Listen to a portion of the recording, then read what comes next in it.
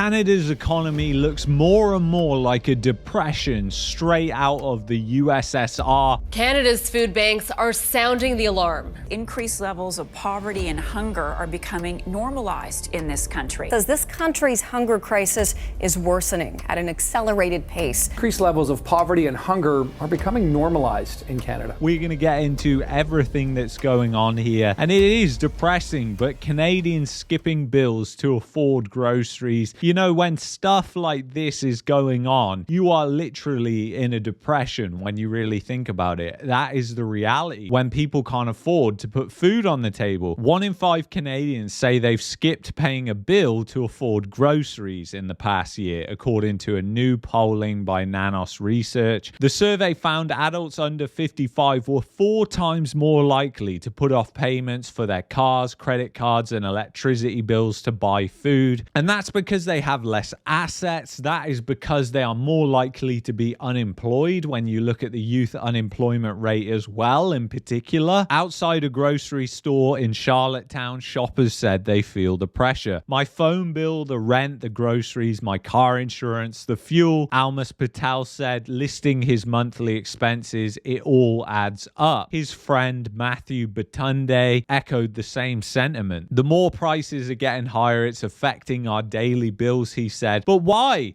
Inflation is only at 2.4%. And the Bank of Canada, I mean, they're not saying that your standard of living is going down and you're going to have to accept a lower standard of living, are they? Most concerning is that unless we change some other things, our standard of living as a country, Canadians, is going to be lower than it otherwise would have been. And the reality is the Bank of Canada is completely clueless. I mean, the Bank of Canada is saying their survey puts 1 in 3 odds of recession by March 2026. Our economy is very strong. I mean, you've still got the Bank of Canada denying there is a recession, whilst on the other hand, they're saying the standard of living is going down. No! God, please, no! No!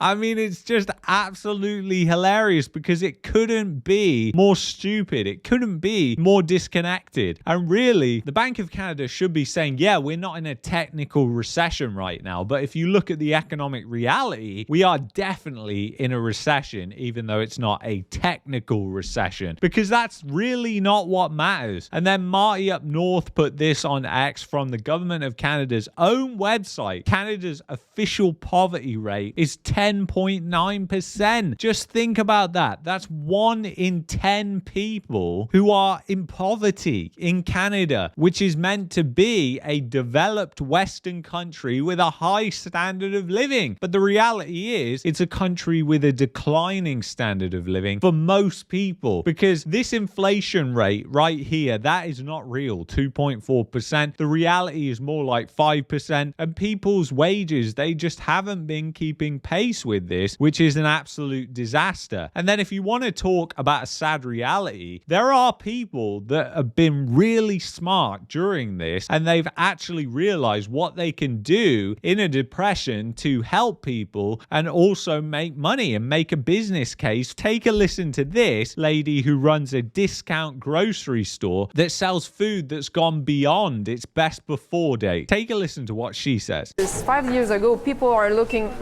no, I'm not touching the box because it's expired. Now, because of the economy, people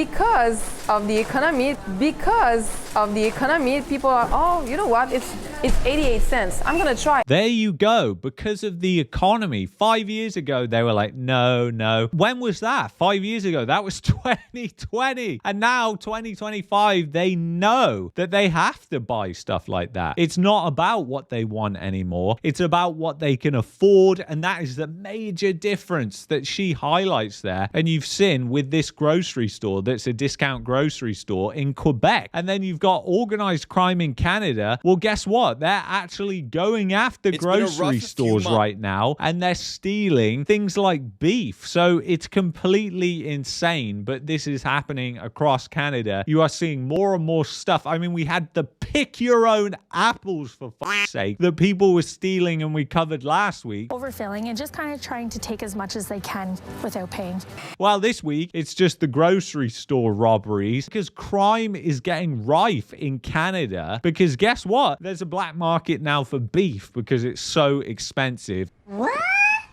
It's completely insane. So then Shazzy posted this a couple of weeks ago, which is in the budget, which people didn't notice. There's $56 billion worth of cuts. 16,000 public sector jobs could be gone. 1,000 executives axed. Attrition weaponized. The public service ballooned far faster than the population. And now the knives are out. By 2028, 40,000 positions will vanish. It's not enough. There should be way more. But the problem is also that a lot of people and a lot of the voters now, they work for the government and they put the government in these strategic areas for a reason. It's so these people vote for the incumbent government and it keeps the incumbent government in power because guess what? They want their job to be safe. Whether it is contributing to Canada's economy or taking away from it, they don't care at the end of the day. And that's really what's going on. And then you've got this delusion. Mark Carney, I have the plan that will build the fastest growing economy in the G7.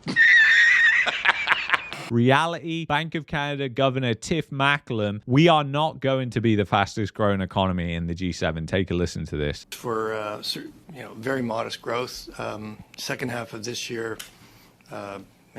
averaging only 0.75%. I do expect it to pick up, but as I indicated in my remarks, this is a structural adjustment, and so that's going to take some time. So yes, I don't have all the G7 forecasts in front of me, but we're not going to be the fastest growing economy in the G7. So there you go. Canada is not going to be the fastest growing economy in the G7. He's already said that you're going to have to accept a lower standard of living. Elbows out, elbows up. He's only just catching up with that. And now he's thinking 30% odds that there could be a recession in 2026 when who really cares? Yeah, boy. I mean, these central planners, they're disconnected with the economic reality, so they don't actually know what's going on. They are so far behind the curve, it is unbelievable. That goes for all these central banksters. And now guess what? Canada voted one of them in charge. I mean, it couldn't get any more retarded if you tried. Fun fact, credit agencies, rate issuer provided details. They don't verify anything. So yes, Canada has a AAA rating despite delaying its audit, typically provided in September, and trying to ram a budget through first, not unlike Japan before its lost decade or Lehman in 2007. To this day, the three leading credit rating agencies, Moody's, Standard & Poor's, and Fitch, are all paid to rate securities by the companies selling those securities. To keep their clients happy and the money rolling in, the ratings firms placed a AAA rating on securities they knew to be junk. And they're predicting actually a downgrade in Canada's credit rating, so they won't even be able to hide behind that soon. Elbows out, elbows up. But it just goes to show how they're paid. A lot of these securities that are out there, things like the mortgage-backed securities during the financial crisis, why they were rated as good as gold is because the ratings agencies themselves are paid by the very people who are creating those securities. So the moral hazard there is unbelievable. And guess what? None of that has changed. Nobody went to jail either from that. A member of the Canadian Youth Climate Assembly wants the government to mandate long-term support for climate-induced trauma. I mean, you just could not get any more retarded if you tried. Just take a listen to this. We urge parliamentarians to mandate and support the provision of continued and long-term mental health resources across provinces and territories so that all Canadians can access care from climate-induced trauma, distress, and duress. This is just absolutely insane. The level that this country is taking it to, you just couldn't make this stuff up if you tried. I mean, it's just... Canada is turning into a clown country. And then also this. Remember when Pierre said that Carney was fighting for for the have-yachts, but not the have-nots. He wasn't joking. Take a listen to this. I mean, I love this. Taxes on homes? No, he's not cutting those. Taxes on gas? Not cutting those either. Taxes on heating? Not cutting those. Taxes on groceries? Nah, he's not cutting those either. Taxes on sales? Not cutting those. But taxes on private jets? Oh yeah, and yachts. Elbows up. Elbows up. Oh, it's just so bad. It's really so bad. And then David Eby just told Alberta that they will never get a pipeline through BC. This was posted by Mark Nixon. Canadians will have to accept a lower standard of living and a higher cost for everything. Take a listen. I'll point out what is obvious to me and has yet to fully sink in for some individuals, which is that there is no pipeline project across the north. There is no route. There is no proponent. There is no financing, simply because the Premier of Alberta would like to get rid of the oil tanker ban on the North Coast does not mean that anybody wants to build this pipeline. It would cost $40 to $50 billion. So no new pipelines are coming. The country as a commodity superpower, that is quickly fading and turning into just a real estate and government country. That is all Canada will be at the end of the day. Even that bubble is imploding along with the real estate bubble. So you got the center of money laundering here, Vancouver, facing 400 job cuts amid mayor's property tax freeze. But you thought everyone was rich in Vancouver. It turns out not. They want property tax freezes, and obviously that means that public jobs have to go, because guess what? They can't just pay for inflation with nothing. And that's the thing about inflation. You know, the government comes out, says it's 2.8% or whatever they say it is. They can just make that number up, and they do make that number up. But the reality is, whatever people are paying, 5, 6, 10%, even if it's at the city level, that's what people have to pay if they want the same services. And then Antonio tweets, but this, is Canada officially dead? I'm afraid so. Take a listen. I am officially announcing the death of Canada.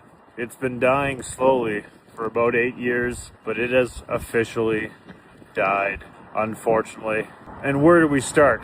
Look at the immigration. It's a floodgate. It has nothing to do with race or color, where you're from. I got friends from all shapes and sizes and colors and backgrounds, but we have an open border. People just come in as they wish, doing nothing, taking from the system. And you know what's really interesting as well is all the drug movement that has moved from Mexico to Canada. I was discussing that with Sam Cooper, and it's just really mind-blowing how that's escalated. And obviously they're trying to clamp down on that, but the movement of people and drugs now going back and forth between Canada and the United States across that border is enormous. And you've got people that are moving as well. It's just an absolutely insane predicament. And Canada is collapsing. It hasn't just been the last 8 years. It's just the last 8 years that most people have noticed and what most politicians want you to think of. But when you really look at the debt explosion, it started around 2004. It got a lot worse in 2008. Little did people realize the explosion of the housing bubble. And both major parties, they contributed to it. And they're saying that they, the arsonist, will also help put out the fire. What?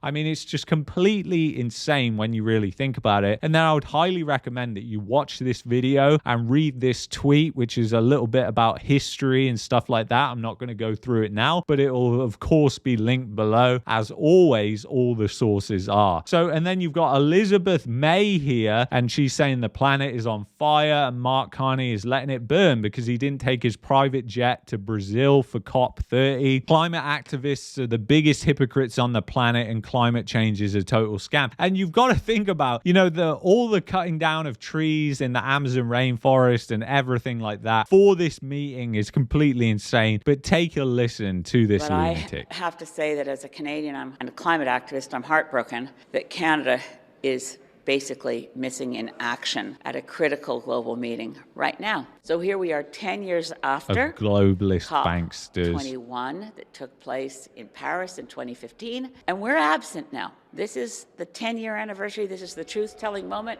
And our Prime Minister, who was going to be there today, has cancelled going. Mark Carney. And I would say that I'm surprised he cancelled a vacation to Brazil on his private jet. I am surprised by that.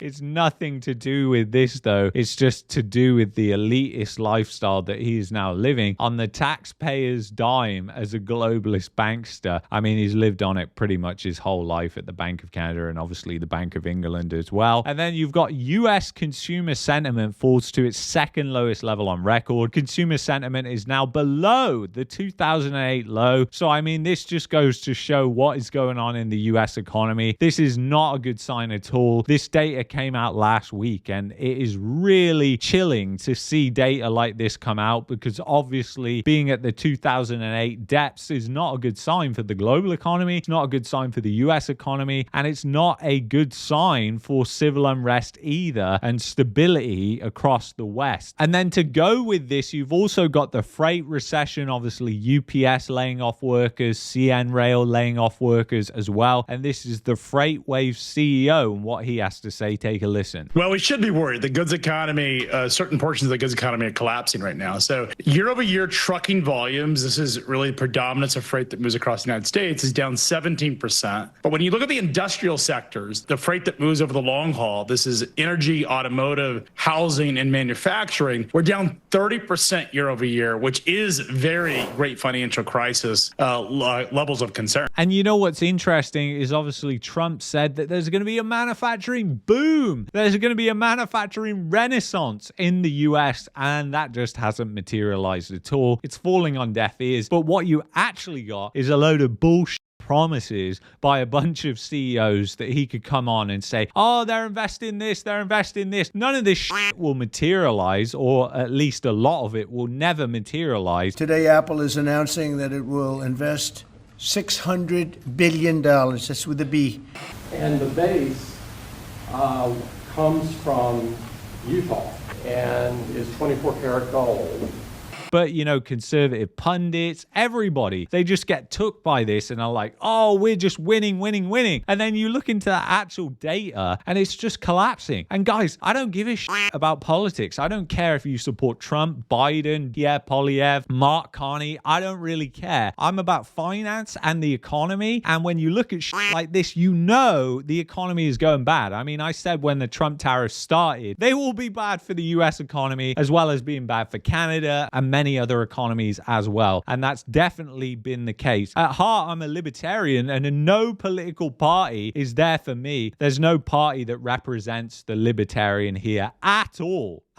So anyway, I want to thank you so much for watching. If you've enjoyed this video, please subscribe to the channel below if you value this content. Really appreciate you. And then if you want to help support my work and get the best VPN, it's a win-win, then get ExpressVPN with the affiliate link in the description below. And I'll see you guys in the next one. Take care of yourselves as always. Bye-bye.